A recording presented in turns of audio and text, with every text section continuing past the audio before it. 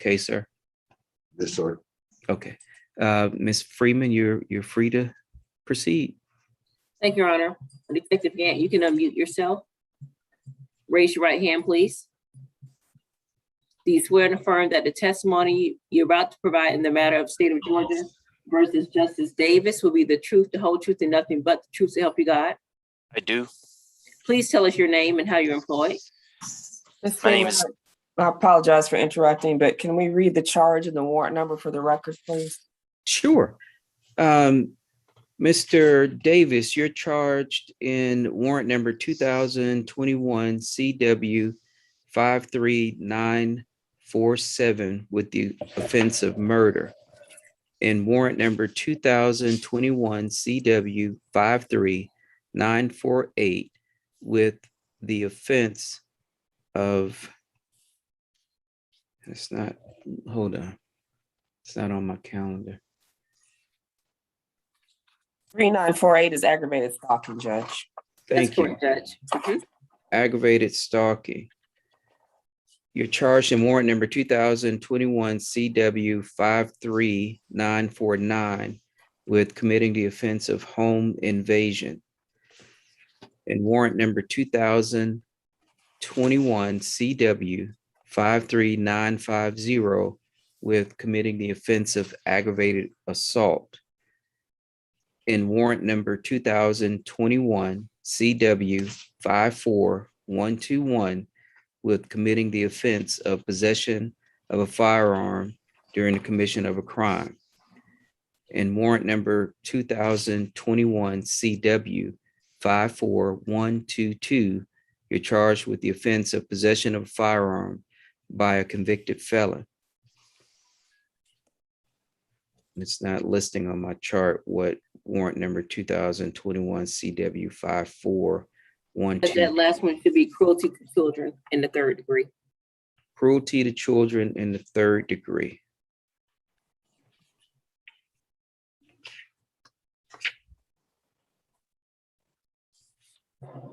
Okay, Ms. Freeman, you can proceed. Thank you, Your Honor. Detective Gant, if you can tell us your name and how you're employed. my name is Detective Jason Gant. I'm employed with the Clayton County Police Department, How long have you worked with the Clayton County Police Department? almost 4 years. And sir, are you assigned to a particular unit? Yes, I'm assigned to the Criminal Investigation Division, Major Felonies Unit. Detective, while working with the Clayton County Police Department, were you assigned a case involving the defendant Justice Davis? Yes, ma'am, I was. And was this the result of an incident that allegedly occurred on August 12th of 2021? That's correct. Please tell the court, I guess if you can start us out by what allegedly occurred on August 12th of 2021, how the investigation started. All right, so it started as a shooting that happened at 4703 South Lake Cove Court in Jonesboro, which is in Clayton County. I was sent out to the call to investigate a shooting related to a domestic situation. Is that address, is that an apartment complex or a standalone home, or what is that? It's a apartment complex. Okay. And so is the 4703 the actual apartment? Yes. Okay. So what happened after you arrived there? Okay, so officers were already on the scene. I went inside and found the victim, Tajman Ashmore, lying on the bed in the bedroom of the residence. He had been shot in the neck and he was deceased. How many people were in the apartment? Inside the apartment, I believe there was 2 adult females, a juvenile male, a juvenile female who was asleep, or she had been asleep during the incident. Okay. When you got there, detective, were you able to speak to any of the witnesses? Yes, ma'am, I did. I was able to speak to 4 different witnesses. And please tell us, if you can, what each witness told you. Okay, so Mr. Cody Scott, who was a resident, at the incident said that her daughter was sleeping during the time, and her friend Tajman Ashmore had come over to hang out with her and her son, that they were in the bedroom. She advised that she thought she saw her boyfriend or ex-boyfriend, Justice Davis, looking in through the window, but she wasn't sure. She advised a few minutes later, Justice Davis came into her bedroom.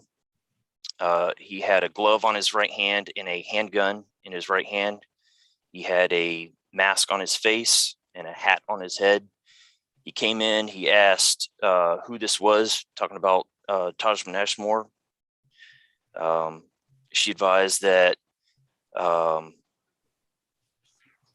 she was very scared because he wasn't supposed to be there. She said that she said that he had a restraining order keeping him from being there. I found out later that it was a bond condition from a previous arrest.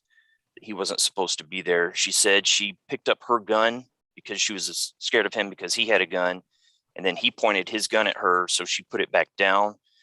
And at that point, Tajman Ashmore got up to began to fight, and then Mr. Davis shot and killed Tajman Ashmore. All right, Detective, I want to just make sure that we're clear. You stated that you later found out that there was a bond condition where Mr. Davis was not supposed to be.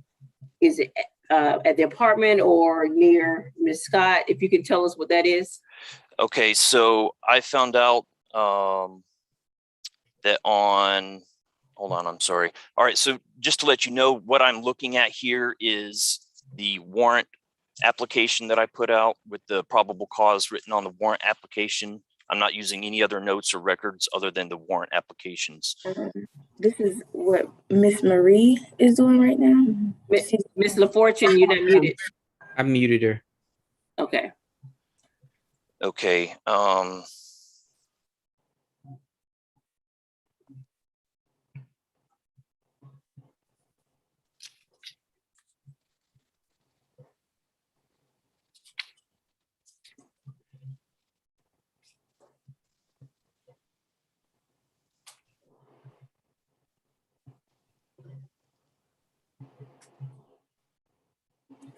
If it'll save time, Detective Gann, I think I'm the person that placed the stay away provision Oh, on. okay. Mr. So yes. So from my Davis. understanding, he had been arrested for, I want to say criminal trespass for breaking her phone, and then obstruction, and he had a stay away order at the house. I was looking for the date, but I'd have to read more for that. Okay. So moving on. Yes. I then spoke to another witness, Selena Comer. Selena Comer advised me that she was at the house. She had come over to check on her friend, Cody Scott, see how she was doing, that she'd been there for about 20 minutes speaking with her. And they all decided to play a game of cards. So she then went to go outside to get her other friend, Brandon, who was sitting outside in his vehicle. And as she went to go open the door to go outside, Justice Davis then opened the door and was trying to come in the apartment. She told him, what are you doing here? She used the name Jab, is his nickname. What are you doing here? You're not supposed to be here. He asked her, who's in the bedroom? She said, the kids are in the bedroom. He said, you're lying. Pointed a gun at her. She said when he pointed the gun at her that she was paralyzed with fear and was afraid that he was going to shoot her. He then walked into the bedroom, and then a moment later she heard a gunshot, and the juvenile Aiden Davis ran out, and then Justice Davis ran out of the apartment. And then I spoke with a Brandon Dorsey. He was the friend who was outside in the car. He said he was sitting outside in the car waiting while Selena went in and talked to Chakotay. And then a few moments later, he said he was asleep and he was woken up by a gunshot, and he looked up and he saw Aiden running out of the apartment. He said he then saw Justice Davis running out of the apartment and told Aiden to go back inside the house. And then lastly, I didn't speak to Aiden Davis at that time. There was a forensic interview done. And in the forensic interview, Aiden Davis advised that he was in the bedroom with his mom and the victim, Tajman Ashmore. His dad came in carrying a gun, that his dad and Mr. Ashmore got in a fight, and his dad hit Tajman Ashmore with the gun and then shot him in the neck, and he ran out of the house. And those are the four witnesses that I was able to speak to. Were you able to speak to Mr. Davis about the incident? I have not spoken to him. Was Mr. Davis still on the scene when you got there? He was not. So based on the testimony of the four witnesses, I took out arrest warrants for Mr. Davis, and he was located in South Carolina. And Detective, just I want to make sure we're clear. When Mr. Davis was at the door, Ms. Scott's friend answered the door. Is that correct? That's correct. She said she was walking out. She said that she was reaching for the door handle to open the door to go outside and get Brandon, bring him in to play a card game. And Mr. Davis opened the door from outside.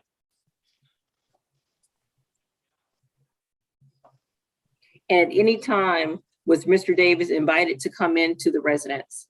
Not according to the testimony of the witnesses that I spoke to.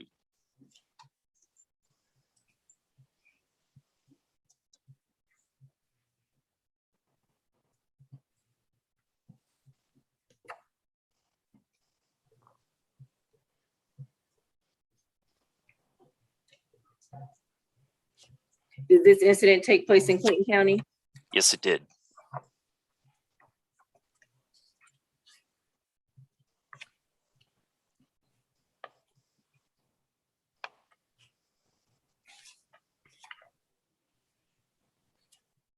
Were you able to, at some point, run a criminal history regarding Justice Davis?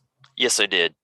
I ran a criminal history of Justice Davis and found that on 5/14 of 2003, he was convicted of cruelty to children in the first degree.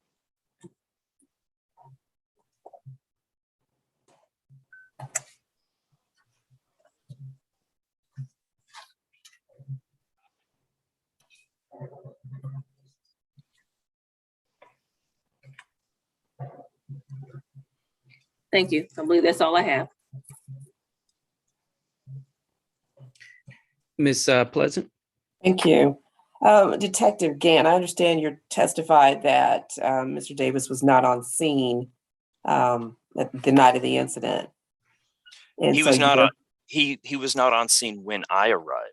when you arrived, okay.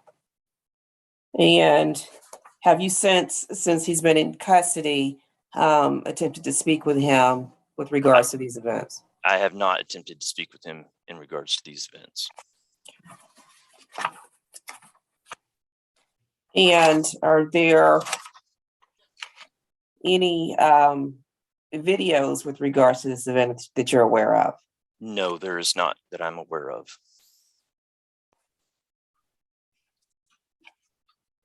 With regards to, you said there was a forensic done with regards to the juvenile. Yes, ma'am. What was the date of that? The date of the forensic interview. One moment, ma'am.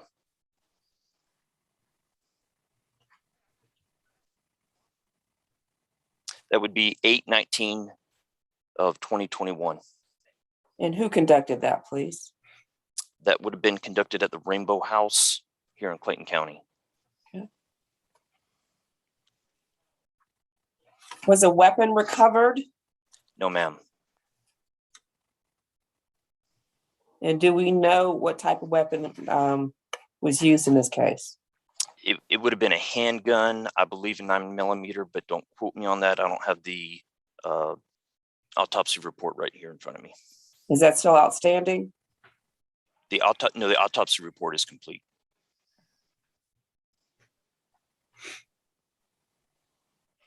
Thank you. That's all I have, Your Honor. Okay, anything else, Ms. Freeman? No, Your Honor, the state rests. Okay, there is, I noticed, in the warrant as it relates to the aggravated, stalking or the narrative, it says, that he, was placed on this bond condition on, 7/16. It was actually 7/15 when he appeared before me, and I placed the, stay away provision, on the criminal trespass bond for Shakoti Scott. And the WA for that is 2021 WA 13297.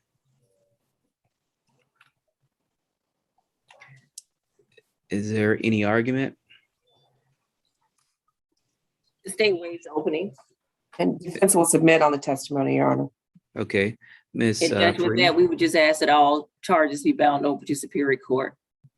Okay, I find that there's sufficient evidence to bind this charge over to these charges over to Superior Court.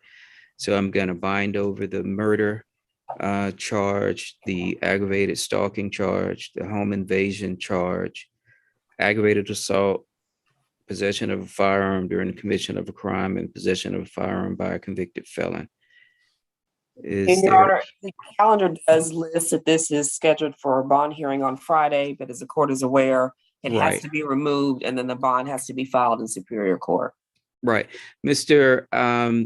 Davis, the Superior Court handles all bond hearings on cases where life imprisonment or death is a potential punishment. So at the time that you appeared before me, I used the bond hearing dates that were available, but that was an error on my part. So this is going to have to get rescheduled so that you have a bond hearing before one of the Superior Court judges. Detective can't be excused. Yes, Detective Gant, you may be excused, sir. Thank you. Thank you, Detective. Thank Is there anything else with Mr. Davis? Not from the state. No, Your Honor. Okay, Mr. Davis can be sent back. And I guess we have Mr. Richmond next. Yes, Judge, if you can give me 1 second, we need to get that officer. Sure, Thank you. no problem.